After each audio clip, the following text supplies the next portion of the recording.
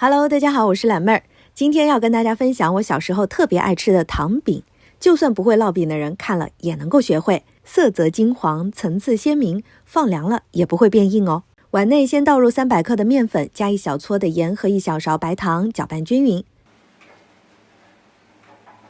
再倒入适量的清水，一边倒一边搅拌，把面粉调成面絮状。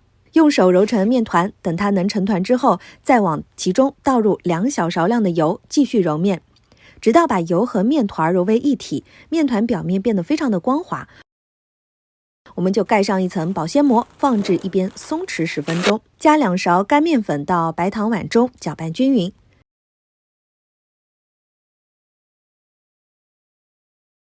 取出揉好的面团，我们撒上一层薄薄的面粉在揉面垫上，用擀面杖擀成薄片。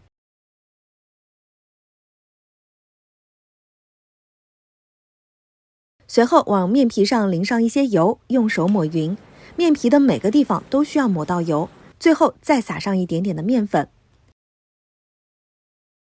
把面皮从一端开始卷，卷成一个卷儿。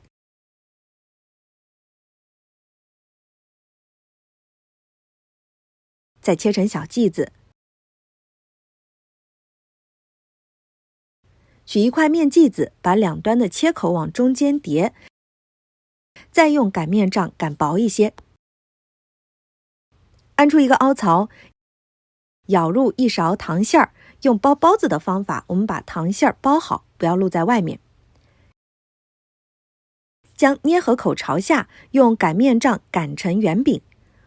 锅内倒油，把做好的饼胚放入油锅当中，用小火进行煎制。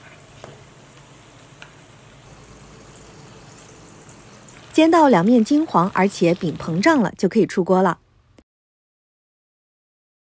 做好的糖饼外皮是酥酥脆脆的，里面的层次呢，吃起来又很丰富，所以快收藏做起来吧。